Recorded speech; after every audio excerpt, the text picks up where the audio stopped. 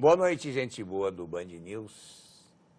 A histórica sessão do Senado desta quarta-feira, que culminou com o afastamento da presidente Dilma Rousseff, não teria ocorrido não fosse a advogada paulista que eu tenho o prazer de conversar esta noite em Salomão Dois Pontos.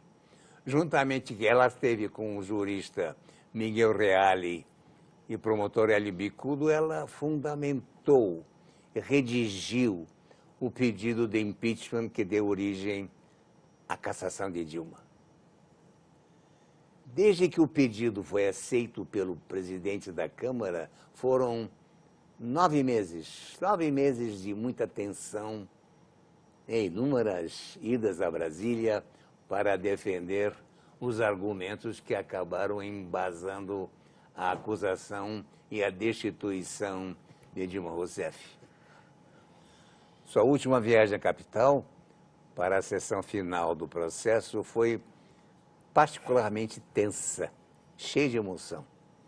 Em sua peça final de acusação, Janaína Pascoal chegou a chorar e a pedir desculpas à presidente Dilma pelo sofrimento pelo qual estava passando. O resto é história, e minha conversa desta noite faz história, mas o Brasil deve muito a ela. Boa noite, doutora Janaína Pascoal. Boa noite, uma honra estar aqui novamente. Vou chamá-la Janaína Pascoal. Hein? Pronto, melhor. Janaína. Sério, nós tivemos um início com o ministro Gilmar Mendes qualificando de bizarro o desfecho do processo. Como é que você sentiu isso? Olha, eu tenho dito para as pessoas, e estou sendo muito mal interpretada, por gregos e troianos, o que, aliás, não é novidade na minha vida, né? Eu tenho o dom de desagradar a gregos e troianos. Eu tenho explicado para as pessoas o seguinte: desde o princípio, o que eu digo e a Constituição diz? Que o Senado Federal é soberano. Nos termos da Constituição Federal, quando se tem um crime comum, a competência é do Supremo Tribunal Federal. Quando se tem um crime de responsabilidade, a competência é do Senado Federal. Eu não posso entender que o Senado é soberano quando ele concorda comigo, porém não é soberano quando não concorda. Eu solicitei as duas penas, o afastamento e a inabilitação. O Senado votou soberanamente, concedeu o afastamento, que me parece ser o mais importante, mas entendeu por não conceder a inabilitação. Agora, tem cabimento em entender que é soberano para uma coisa e não para outra? Ele decidiu soberanamente e isso tem que ser respeitado. Incrivelmente, não só a defesa já interpôs medidas para tentar desfazer esse julgamento no Supremo Tribunal Federal, porém, os partidos que deram base, ou pelo menos apoiaram a acusação, e os movimentos sociais que também apoiaram a acusação, numa atitude, com todo respeito, esquizofrênica, foram ao Supremo para contestar essa sessão histórica. Bizarra, então, né? O bizarro é o que está acontecendo. E, Salomão, eu te digo, já foi no momento ali. Nós tínhamos conseguido uma vitória, assim, inimaginável há algum tempo atrás. No lugar dos senadores comemorarem, eles entraram em desespero generalizado. Imediatamente, nós vamos recorrer. Eu falei, recorrer do quê? O que nós queríamos, nós conseguimos, que era o reconhecimento da ocorrência dos crimes, o afastamento da presidente, para que nós possamos ter um pouco de estabilidade nesse país. Do que vocês vão recorrer? Eu amanheço agora, hoje, sendo chamada de golpista pelos petistas e de traidora pelos antipetistas, porque eu anunciei, coerentemente com o que eu venho dizendo desde o princípio, que não recorrerei da decisão. Aliás, eu não anunciei hoje, eu anunciei no dia, porque a hora que eu pus o pé para fora do plenário, os jornalistas correram, a senhora vai recorrer? Eu nem entendi a pergunta, eu falei, recorrer do quê? Eu ganhei? Não, a senhora não vai recorrer da segunda parte? Eu falei, não, o Senado decidiu, acabou. Porque pena também é mérito, isso é uma coisa que é importante que a população entenda. Não é mérito da decisão apenas condenar ou absolver. escolher a pena para atribuir para a pessoa condenada também é mérito da decisão. E o Supremo Tribunal Federal não pode alterar decisão de mérito do Senado. É uma questão constitucional. Janaína. Se eu gritar muito, fala, porque eu falo alto. Não há eu sou dúvida. uma moça fina. Não. Infelizmente, eu não sou. Não há dúvida de que a votação separada das consequências do impeachment, perda de mandato e dos direitos políticos foi completamente inesperada e, de certo modo, chocante. Para mim, não foi. Você não se chocou? Não me choquei pelo seguinte. Quando você entra num processo desta magnitude, você tem que contar com vários cenários. Então, eu contava, por exemplo, com a possibilidade, ainda que remota, da presidente renunciar, e aí teria toda uma discussão para saber se o processo seguiria ou não, e em que termo seguiria. Eu contava com a possibilidade da defesa solicitar esse desmembramento, esse desdobramento, porque eu, se fosse a defensora, também solicitaria. Então, até porque, durante todo o processo, isso é importante de ser resgatado, foi feita uma analogia com o procedimento do júri, tá? Do processo do júri no âmbito criminal. E no processo do júri, os quesitos são todos desdobrados. Desdobrado significa detalhados. O processo do júri não admite um quesito único. Então, eu imaginei que a defesa faria essa solicitação, porque eu, se fosse defensora, teria feito.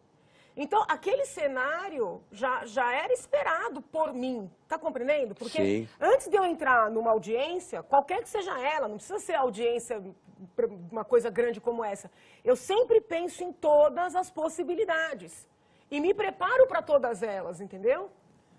Mas, Janaína, sabe o que me surpreende? É que todo mundo era voz corrente, dizendo que o ministro Ricardo Lewandowski estava muito bem na condução do processo, até referendar o pedido do PT. Veja, o que eu teria feito de diferente com relação do que o ministro fez, tá? Eu teria, quando houve o pedido do desdobramento, eu teria...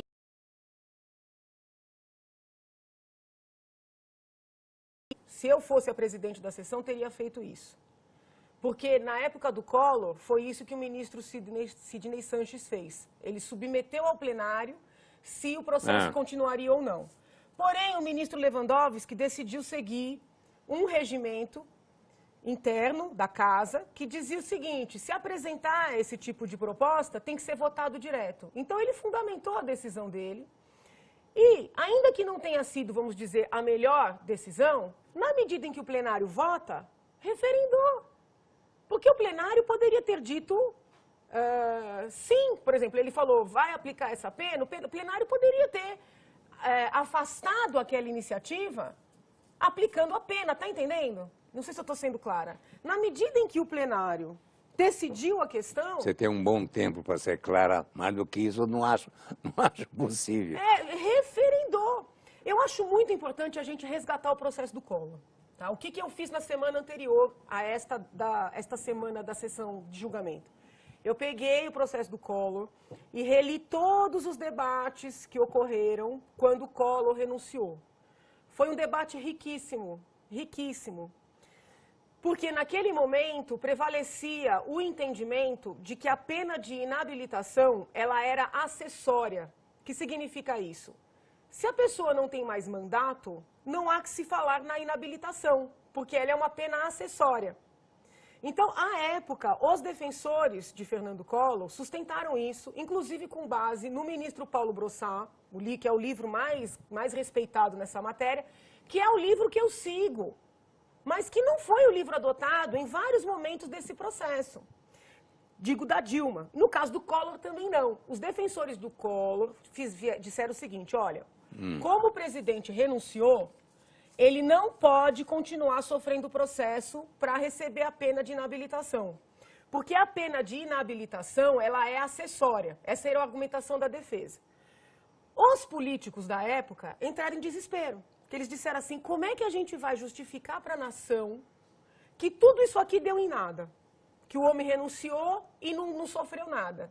Isso está escrito, não estou inventando. Eis que vem alguém e diz o seguinte, não. Quando a Constituição diz perda do mandato e com inabilitação, ela não está tratando a inabilitação como uma pena acessória. Ela está tratando a inabilitação como uma pena principal. Sim. Isso significa que o Senado tem que falar sobre essa pena também. Agora, eu queria... E isso é importante porque, naquele momento Sim. em que eles aceitaram cindir o processo de Collor para continuar, para saber se aplicava a inabilitação ou não, eles consideraram que as penas eram independentes. Se eles consideraram que as penas eram independentes para Collor, me parece correto considerar essas penas independentes para Dilma também. Então, essa decisão que vem sendo tratada também como uma coisa Sim. absurda, não me parece tão absurda assim quando se olha o precedente do Collor. Mas, Janaína Pascoal, eu fico preocupado, e você também, do recurso do PT, por exemplo, junto ao Supremo, se ele for bem sucedido. O que acontece? Olha, do ponto de vista jurídico, não tem por onde esse recurso, esse mandado de segurança do pessoal do PT ser bem sucedido. Não tem por onde. Por que eu digo isso? Porque, sob o ponto de vista das formalidades do processo, não há o que se questionar. Não há o que se questionar. Eles tiveram o direito de ouvir mais testemunhas do que a lei prevê. Eles tiveram o direito de substituir testemunhas quando não havia previsão. Eles tiveram mais prazo. A rigor, até esse desdobramento do quesito é prova de que a defesa teve um tratamento prestigiado, privilegiado, até o último instante. Do que eles vão reclamar em termos de nulidades? Não existe. Não existe, até porque o rito foi dado pelo Supremo, foi o presidente do Supremo que conduziu, não existe. Sob o ponto de vista do mérito, não só eu estou convicta de que o mérito está correto e que a condenação era devida, mas, além disso, o Supremo não tem o poder de se meter no mérito, traduzindo em miúdos, não tem o poder, porque a palavra final é do Senado Federal, que é soberano. Então, não tem como esse recurso da defesa prosperar. Pela nossa Constituição Federal, não tem. Eu fico imaginando qual seria o resultado disso. Onde é que...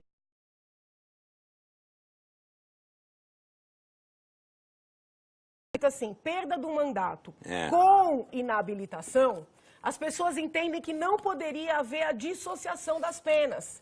No entanto, a verdade é que, na época do Collor, já houve a dissociação. Porque se essas penas fossem tão interdependentes assim, quando o Collor renunciou, o processo teria que ter parado, como pediam os seus defensores. Quando eles conseguiram transformar as duas penas em autônomas e seguir com o processo, eles já admitiram essa dissociação. E eu, coerentemente com as minhas teses, a minha tese de doutoramento, que inclusive foi feita sob orientação do professor Reale, diz o seguinte: nenhum juiz está obrigado a aplicar a pena máxima. A pena máxima é o máximo até onde o aplicador do direito pode ir. No caso ali, o Senado era aplicador do direito. Como é que pode se sustentar que o Senado não tem o poder de fazer uma individualização da pena? O princípio da individualização da pena está acima do com da Constituição. O que o Senado fez foi individualizar. Sabe, Janaína, eu fico olhando você com esse vestido branco. Eu fico preocupado quando eu penso na sua segurança. Você tem tomado alguma medida, algum jeito para você ministrar a você e seus amigos qualquer problema de segurança? Eu acho assim, como as pessoas me conhecem muito, eu não estou indo para lugares assim muito públicos, entendeu? Até porque tem tido muito trabalho, nem tem condição de ficar passeando muito. Mas assim, nada de excepcional, não. De alguma forma você tem agora, realmente, você não pensa na sua segurança, mas você toma precauções, né? Você toma precauções quanto a você, sua família. Olha, as precauções são essas, entendeu? Evitar lugares muito públicos, porque agora eu estou conseguindo não só inimizade com o pessoal do PT, mas inimizade com o pessoal da extrema-direita, vamos dizer assim, né? Porque agora eles querem fazer crer que eu sou petista. Então, assim, é uma esquizofrenia tão generalizada, né, que as pessoas... Porque o que acontece? É um país em que se mente tanto, que quando aparece um ser humano que fala a verdade, aí ninguém acredita. Parece aquela... Não tem uma peça de Gil Vicente que fala todo mundo mente, ninguém diz a verdade? O alto da fé. Sim, então assim, é mais ou menos isso, né? Mente-se tanto que quando alguém diz a verdade, né, por que você não vai recorrer? Eu não vou recorrer porque o Senado é soberano. Não vou recorrer porque eu acho que isso não é favorável para a nossa causa. Nós já ganhamos, nós já conseguimos o afastamento, né? Não vou recorrer. Ah, mas com quem ela está aliada, né? Por quê? Porque as pessoas estão acostumadas à mentira. Isso é triste, mas é verdade. Como é que a rua está chamando você? Como é que a rua está tratando você? As pessoas do povo só me param para me abraçar, para me agradecer, para dizer que estão rezando por mim e para fazer selfie. Para fazer selfies, muito. Eu estou parecendo um Papai Noel de shopping. Ora, no horizonte político nosso temos uma outra cassação aqui, que é do Eduardo Cunha, que, aliás, deu início ao processo, deu início a uma reação da Câmara com relação a Dilma Rousseff. Como é que... Não é uma ironia isso? Ele agora ser penalizado? Olha, eu de verdade, eu não conheço eu sou muito assim, eu gosto de ler as coisas para falar, sabe? Eu sou muito criteriosa nisso. Sim. Eu não gosto de opinar sem ver os documentos. Eu não conheço os autos do processo de Eduardo Cunha, tá? Porém, eu não consigo ver, de uma maneira assim tão linear, como se tem alardeado, que a decisão no caso de Dilma possa ser utilizada no caso de Cunha. Porque o processo de impeachment, ele é um processo muito especial. Ele é um processo que já é classificado como um processo jurídico-político. Ele é um processo em que o Senado, o plenário do Senado é o competente sobre a presidência do presidente do Supremo Tribunal Federal. Eu acho que ele só faz jurisprudência para um possível futuro processo de impeachment. Qualquer tipo de ilação, no sentido de pegar essa decisão para aplicar para outros casos, me parece que é inadequado. Ele vai ouvir você e contrata você. Acho que não, eu estou falando contra ele, né? Eu estou falando contra ele, né? Eu estou dizendo que não pode pegar emprestado essa decisão para o caso dele, então acho que ele não vai querer me contratar, não. Já nem aí com relação ao nosso presidente Temer, que é seu colega... De faculdade, seu né? colega de ofício. Sim, de faculdade. Isso é até uma coisa interessante, porque eu não conheço o presidente Michel Temer pessoalmente, eu não conheço. Eu nunca estive sequer no mesmo ambiente que ele, então... Também nunca votei nele. Eu gosto de lembrar, quem votou em Michel Temer foram os petistas. Todos os meus amigos e familiares petistas votaram em Michel Temer ao votarem em Dilma Rousseff. Eu gosto de lembrá-los disso. Agora, ele estudou na mesma faculdade, né? Se a gente pensar sobre aquela coisa meio teoria da conspiração do Largo São Francisco, né? Sim. São 3 são franciscanos, Hélio Bicudo, Reales Júnior e Janaína, entrando com um processo de impeachment que acaba, ainda que indiretamente, favorecendo um outro São Franciscano, né? Então, assim, me acusam de golpe, talvez possa ter sido aí, pela ironia do destino, um golpe São Franciscano, né? Que expectativa você tem na gestão dele, nesses 2 anos e meio? A minha expectativa é que a formação de constitucionalista que ele tem seja determinante nesses 2 anos de mandato, tá? Porque uma pessoa que tem uma formação no âmbito do direito constitucional, ela está capacitada para fortalecer as instituições. E eu entendo que o PT no governo reduziu muito o valor das nossas instituições. Porque o modo PT de administrar é um modo de vassalagem. O PT é muito assim, se você está comigo, você é correto, você é bom, você merece crédito. Se você discorda, você não merece. E isso desmerece o valor das instituições. Eu acho que um perfil de um constitucionalista, não estou falando de Michel Temer, mas um constitucionalista, neste momento é importante. Eu não sei se ele terá força para fazer tudo o que é necessário, né? Eu percebo, tudo bem que isso pode ter a maleabilidade, tem o lado bom da pessoa ouvir, mas muita maleabilidade também pode fazer com que a pessoa não faça nada do que precisa ser feito. Então eu não conheço bem Eu não sei se ele tem uma personalidade firme o suficiente para fazer o que precisa ser feito. Uma pessoa firme tem que estar preparada para ser criticada, para ser xingada, para ser odiada. E ainda assim seguindo o que é necessário. Como é que você vê a vida agora da doutora Janaína Pascoal? É tão engraçado isso, porque as pessoas têm me perguntado assim, ai, as jornalistas, principalmente as moças, elas me ligam e dizem assim, a senhora não está se sentindo com um vazio, assim, né? E eu rio, eu falo para elas assim, meninas, eu não estava precisando de uma causa para viver, entendeu? Eu tenho uma vida, né? Eu tenho uma carreira, eu tenho meus projetos. Eu só me enfiei nessa confusão porque eu entendi que era necessário para ajudar meu país. Porque eu vi que quem tinha poder, dinheiro, condições, não ia fazer, entendeu?